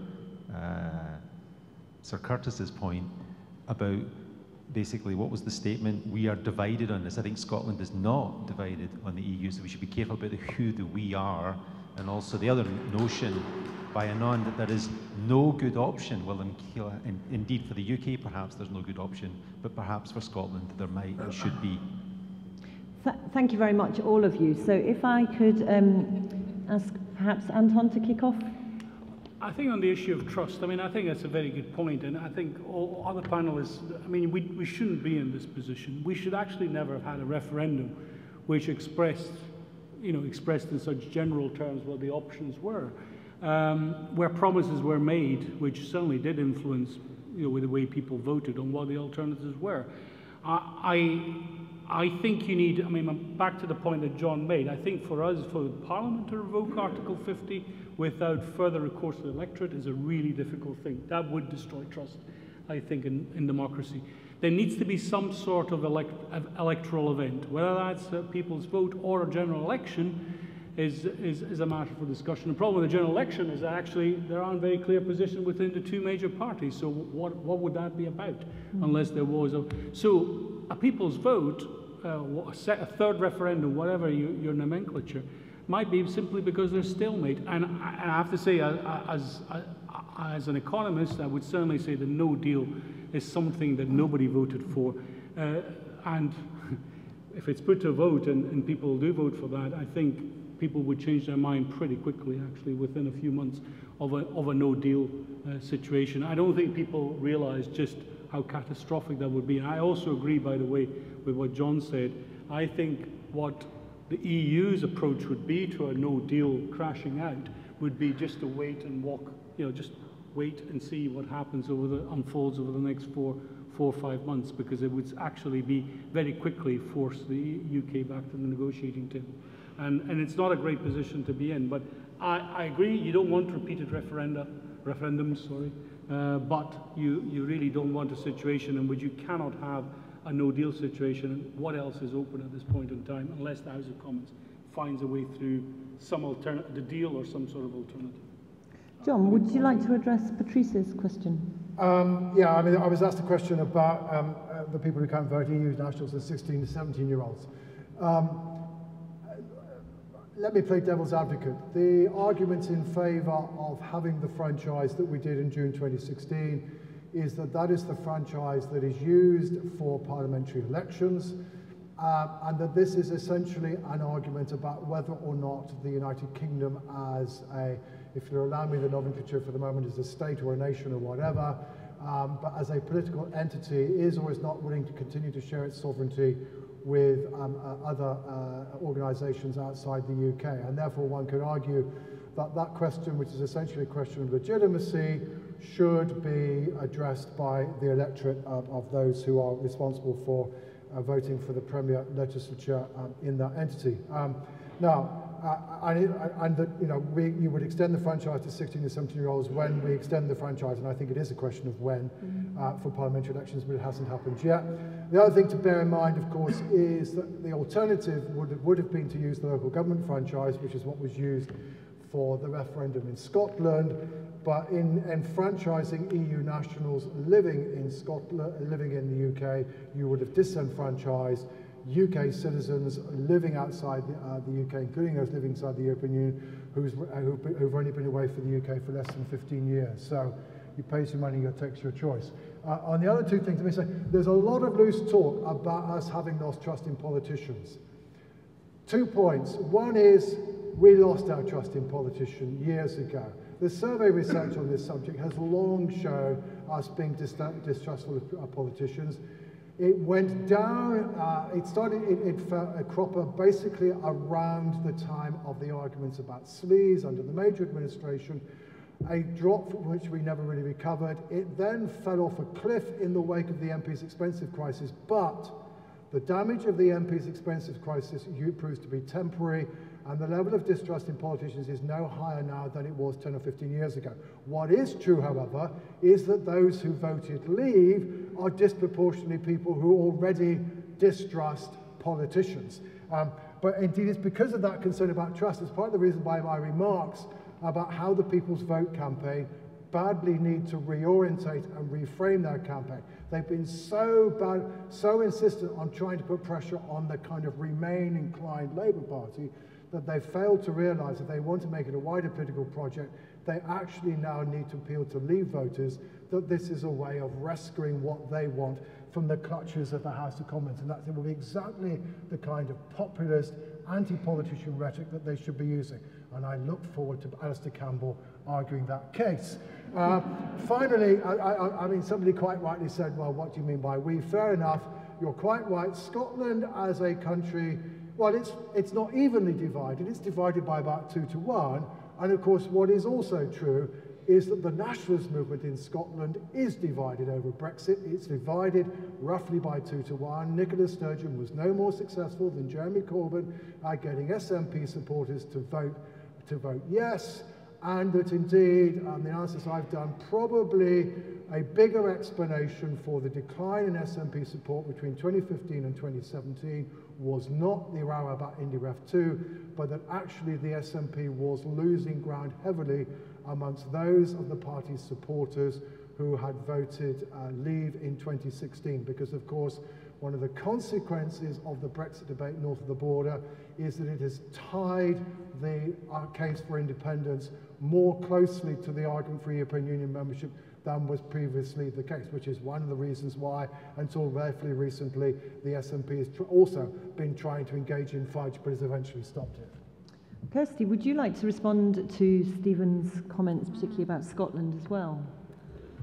Sure. I mean, it's a question that has many questions in it, and obviously there has been a lot of comment here in Scotland about Ireland, about the power it has, given the solidarity of the other member states as an independent state. And I think, you know, one of the recurring debates within the independence movement, and John in a sense has just referred to it, is do you want an independent Scotland in the EU, or would you like an independent Scotland like Norway in the European Economic Area, or do you perhaps want neither of those, in which case what do you want? And Brexit has rather illustrated that. What do you want? Do you want a Canada dry or a Canada plus? And is the EU going to give you that? And given all these estimates of how bad it is, are you sure that's what you want? But I think what is interesting, as we've seen some of the debates around the backstop, the customs union, the 2 or 3 sentences on fish,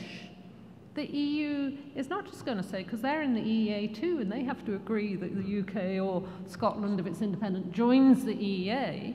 They are not just going to say, and then have absolutely, you know, the best possible deal on fish. So it's not the only reason why people liked the EEA idea, but I think it should start to make people think, both looking at Ireland, looking at things like fish, why maybe it's better to be, if you are going to be independent, it might be better to be Ireland or Sweden or Denmark and not Norway. And I think the other thing, I mean, I've always said, and I still think this is the case, that, you know, Brexit may push a number of people more towards independence, but it makes independence harder because of the border question. And if you think borders are easy, I mean, look at the backstop, look at the problem over, well, we don't want an Irish border or an Irish sea border, and, you know, it's at the heart of this stalemate. So borders are not easy. So it's much easier for an independent Scotland if the rest of the UK stays inside the European Union, or at least, and also just one last point, I think, you know, Ireland is going to be hit hard by Brexit. So, I mean, it's played a blindingly good diplomatic game, I think, but if Brexit goes ahead, whether it's a Canada or a no deal, it's going to be hit hard, and therefore so would an independent Scotland. And an independent Scotland's foreign policy, if Scotland was independent tomorrow, would surely be to try and keep the UK as close as possible, or if preferable, actually in. Oh, God. Can I just say three things very, very quickly? Firstly, on no deal. I mean, there's a fantastic article to be written on Brexit metaphors. And one of the problems with no deal is people think it is no deal. They think it's like, you know, you take your second-hand car to the dealer, you negotiate a deal for a new car, and if you can't get a decent deal, you drive your car home again. So essentially, a lot of people, and we found this out in focus groups, think that no deal basically means the status quo ante. What they don't realise is you drive your car to the dealers, and they keep your old car while not giving you a new car. Is this sort of no deal? I mean, you don't revert back to where you were before. And I think the metaphor has been really damaging in that sense, because people associate it with things they know. On the franchise question, I mean, I must admit, I've come to the conclusion on the franchise that we shouldn't be allowed to change the franchise for the next vote, ever. Because basically people cheat. You know, if someone wants to enfranchise 16 and 17-year-olds, it's because they've done polling and they've figured out they're going to vote the way they want them to vote. And I just think it is just wrong to allow people to change the franchise for a vote that is in prospect. If you want to change the franchise, do it for 5 years' time when no one knows what the vote will be or what the data will be. But I think if we have, given the legitimacy issues surrounding any putative second referendum, and please boo me if I ever say people's vote, the notion that you would not only do it, but rig the franchise as well to make a Remain victory more likely just strikes me as storing up even more problems for the future. Final thing I'd say is this thing on trust. I mean, in a sense, the referendum outcome itself was a statement of a lack of distrust in the establishment, or whatever you want to call it, given who was arguing what in the referendum campaign. But the real sadness of the Brexit story is that actually addressing some of the issues of distrust that were there beforehand, though I take John's point, requires us to be governed and to take real public policy decisions about everything from investment in public services to distinctions between towns and cities in terms of economic prospects. And the one thing that Brexit has deprived us of is government.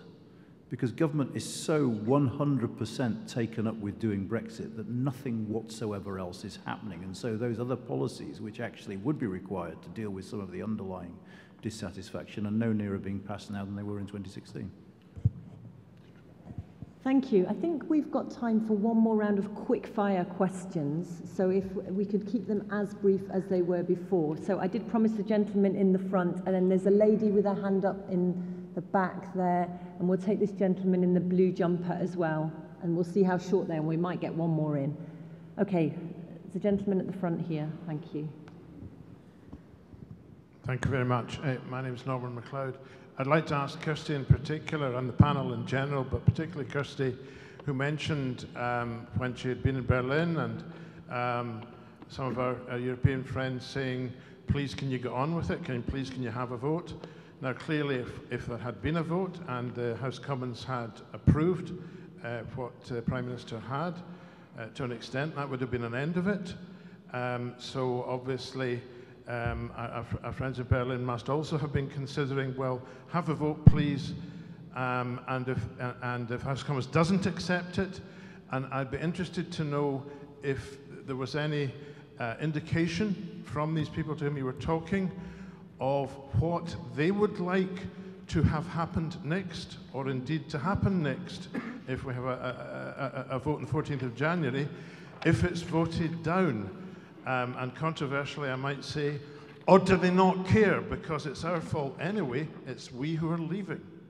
Thank you, Norman. Can I just make a quick announcement? There has been a medical emergency, which means that actually leaving out of the back doors right now is not possible. So I appreciate that some of you have got to get away. What I intend to do is wrap up within about the next 6 to 7 minutes, and then I will be asking you to leave through the doors behind the speakers panel. So I'm sorry for those of you that want to get out, you will have to leave this way. But I promise to wrap up in 6 to 7 minutes maximum. So if I could just perhaps ask the lady with a hand up over there, and I'm sorry, it might have to be the last question that we have this evening.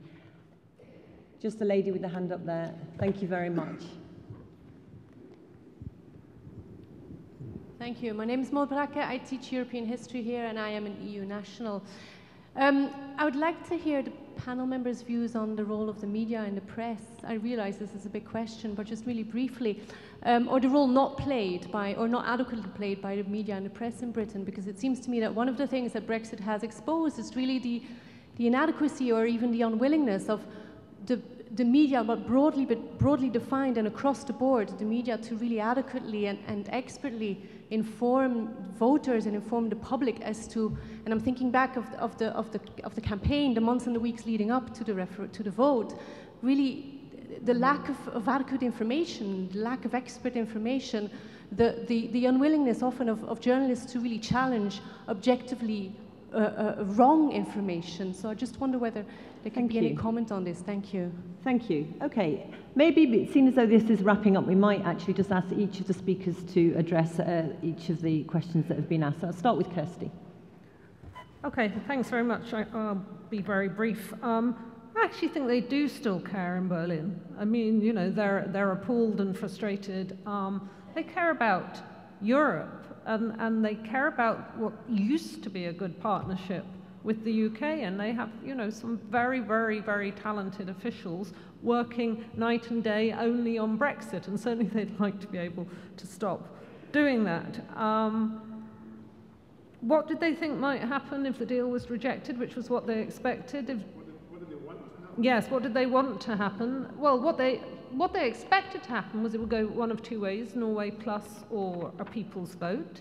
I think their preference would be for us to stay in, but they were, I've never sort of done those sorts of meetings where usually you're listening and answering questions where they've sort of fired so many questions back at me. They're struggling as much as we are to understand and predict UK politics. But they were very much, what they weren't expecting, if the debate had happened on the 11th with the summit on the 13th and 14th, they weren't expecting to step in and desperately try to help May sort of on her deal at that point. They actually thought it would be such a big defeat that things would move on. And then, of course, that's not what happened. Anand, could I bring you in? Yeah, on the media, I'm sort of torn. I mean, on the one hand, I was relatively impressed with some of the media in the referendum because a lot of them spent a lot of pages doing explainers about things the British media, I mean, they should have done it 20 years ago, sure, but they've never done before. So, and I think some of the newspapers, I think the Times in particular, had very good referendums. I mean, it's interesting the Times, I think, did so well because its editorial board was absolutely divided down the middle on the line, and so they decided that they were genuinely unpredictable day by day in terms of what they covered, and that wasn't true of most of the press. I suppose when you said the word balance, it made me think BBC. And yes, there was an issue there. I mean, the familiar frustrations from the referendum campaign is, the BBC would get a respected, reputable economist and then get someone else on the other side of the argument and treat them as if their views were of equal weight. I mean, I'm not one of those people who thinks that there's a BBC bias. I think the BBC try and do their job as well as they can under horrendously difficult circumstances. And I think the curiosity about the BBC for me is I think their flagship programmes are the worst. And indeed the website. The website doesn't have the same editorial oversight. I think Today and Newsnight weren't brilliant, but I think 5 Live, BBC Breakfast and some of the more popular programmes devoted an awful lot of time to explaining stuff and did it quite well. So I don't think they were perfect. I think they're operating under massive amounts of pressure, but I think when it comes to this issue, this narrow issue of balance when they have the debates, they need to be clearer about, who represents 99% of... Anand, have you just named the BBC programmes who used to have you on as opposed to the ones who didn't have you on? You were That's a regular very on BBC mean. Breakfast. That's not very on Today programme very often. There's an element of that, obviously. Sod. Oh, sorry. Just one more thing, because the gentleman there said, if Parliament passes this deal, it would be an end to it, and I don't want to depress you still further. There's something called the Withdrawal Agreement Bill that has to pass Parliament, which has to go through all stages of readings. And just to give you a taster of this, the Withdrawal Agreement Bill puts the withdrawal agreement into domestic law, okay? We had to do this in reverse in 1971. We had to agree to the agreement with the European Community, then pass the European Communities Act. The majority for the first vote for the agreement was 112 in 1971. The majority for the European Communities Act in 1971 was 8. So actually, the parliamentary fun and games will be far from over, even if Mrs May gets her deal passed by Parliament on the 14th of Jan. Thanks, Anand. Two points. One, to respond to Anand. It actually gets worse because this was supposed to be the easy bit, the withdrawal agreement. Yeah. Wherever we would end up, whether it's Theresa May's deal or whether it's Norway Plus as a variant of that deal or whatever, Norway minus, who cares? Whatever. It's going to take a huge amount to negotiate for the reasons that people have already mentioned. Anand mentioned the fact that there's no way in which we could simply inherit Norway Plus. The level playing field agreement would be much deeper. Other people have pointed out that it's also to do with issues like fisheries, which of course were big issues for Norway and Iceland, but are different. It's a different trade-off for the UK. But on the question of where the EU27s lie, I think it's really instructive to look at what happened in the summit on the 14th and 15th of December. There were basically 3 groups. There were basically those who basically had written off the chances of the Prime Minister getting the deal through. And they just said, no, this is not going to pass. There's going to have to be some sort of sequence. And that group basically says the only way we're going to get to a conclusion here is to keep the pressure up. There was another group which basically said, well, what can we do here? There may be a possibility. No renegotiation of the withdrawal agreement. The backstop has to stay in. They absolutely, so the 26 support Ireland, absolutely. But let's then look at whether we could hang some baubles around the political declarations, this is Christmas, and see whether we could do things or say things about, no, we don't really want the backstop either. We don't want the backstop. We would like an agreement, and therefore the backstop will not be implemented. And then there was a smaller group, and these were mainly, I think, Netherlands, Denmark, who said, look, we've been through this before. We know what it's like to go through this sort of trauma.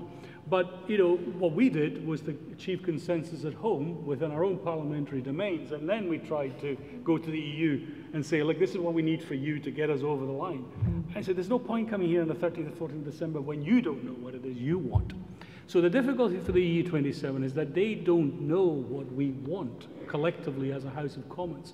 And actually, you know, as we've said tonight, we find it difficult to analyse it. There's all sorts of shifting sands. So I think it's really difficult. I think they are getting fed up, but I think also their view of all of this is influenced by the fact that they don't really understand what's going on within the House of Commons, except to the first degree of approximation. Thank you, Anton. John, final word. Just 3 quick remarks. The first is about the media. I mean, certainly one of the things that was different between this referendum and the one that we had in 1975 is that in 1975, pretty much every major publication, apart from The Spectator and I think Tribune, were arguing in favour of staying inside the common market. This time, the newspapers, for what they're worth, and of course they're much less widely read than they were 40 years ago, were much more evenly divided. The second thing I should say is, whatever you think about the press, I think you should bear in mind that the work that Anand led, and I'm excluding my here from home, but the work that Anand led, called the UK and a Changing Europe, did provide a great deal of information which was always led from an impartial background, and I think we should give Anand congratulations, well, not only for the work that was done before the referendum, but since. I think it certainly demonstrated how social scientists and academics more broadly can contribute to public policy debate without necessarily being advocates. They can be good analysts rather than advocates, and I think we all grow Anand a great deal for that. The final thing to say about are we reaching an end, I hate to tell you, but I suggest you book this hall for the 17th of December 2020 if the deal does go through, because it could well be the case at that point we have decided not to exercise our option of extending the transition agreement the previous summer. We are desperate to avoid the backstop, but you know what? We're struggling to get the trade deal that's been negotiated between the Prime Minister and the European Union through the House of Commons. And if we don't get it through by the 31st of December, then the backstop kicks in. So look forward to more of this, even if we don't reverse Brexit. And on that cheery note, I came across a term this week. I've been involved in some work in Scotland on civil society, and the Brexit Civil Society Alliance has coined a term this week, Brexhaustion. And I think it's very apt, and so we will all look forward to a happy and peaceful Christmas, I hope, and I wish all of you a happy and peaceful Christmas. Can we finish by thanking our brilliant speakers this evening, and also, as would be expected from a Stevenson Trust for Citizenship audience, thank you for participating in the ways that you have. So finally, thank you to Anton, Kirsty, Anand and John.